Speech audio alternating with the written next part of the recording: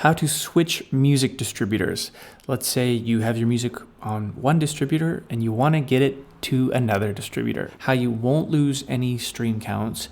If your song is already on a bunch of playlists, you won't be kicked off any of those playlists. It kind of will be like nothing ever happened, but you'll have switched distributors on the back end. Just as an example, we'll say I want to move my song from DistroKid, that music distributor, to TuneCore, which is another music distributor.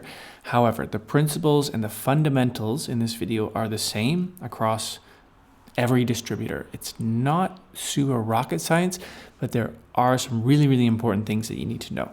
So let's get into that. I'm Charles Klein, singer, songwriter, and producer. And if you're an indie musician, you kind of want to figure out what these questions are that come up along your indie music career, then please feel free to subscribe because that's what this channel is all about. So you already have your song on Spotify, right? Somewhere. And let's use just Spotify as an example. And you want to get it somewhere else. So you have to 100% use all the same information that you first used when you uploaded your song the first time. So let's use an example here. We have my song Better, and we want to get this off DistroKid and onto TuneCore. I'm not going to actually do it right now because I'm happy with it on DistroKid. But as an example, we need all this information here. We have codes, we have song names, we have artwork, we have record labels. This is really important stuff that just needs to be exactly the same, okay? So we go over to TuneCore and we say we want to create a signal, and so we'll just start copying the exact same information over. So song title needs to be Better. If you spell it wrong, it's not going to work. You're going to have eventually two songs, one called Better and then one called Better. So just go through this. Main artist, single language, primary genre, subgenre, secondary genre. You can see it's all more or less the exact same thing. And there's nothing new on TuneCore that you wouldn't have put on any other distributor. They're all asking for the same information. Now, it does really boil down to about 5 things. Artist name 1, song name 2, then if you have the album name or the album artwork, also needs to be exactly the same. And then there's 2 codes. One is a UPC code and one is an ISRC code.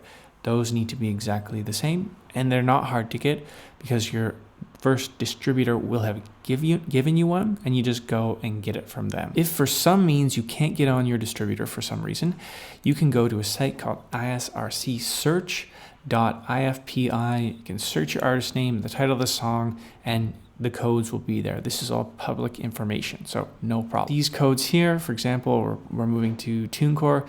We want to make sure we put the label name. So over here, the label name was Charles Klein. So I want to make sure I put that in there.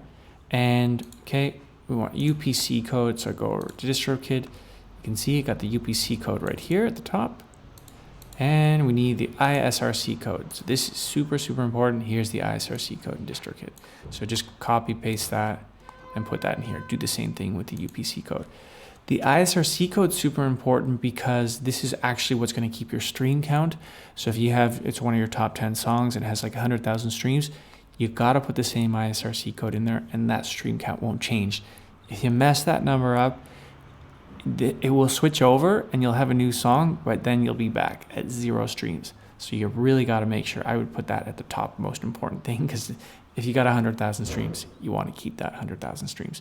Not to mention, I think you'll lose all your Spotify playlist placements as well if you don't have the right ISRC code. Once that information is all locked in, release it on your new distributor, but hold on to it with your previous distributor.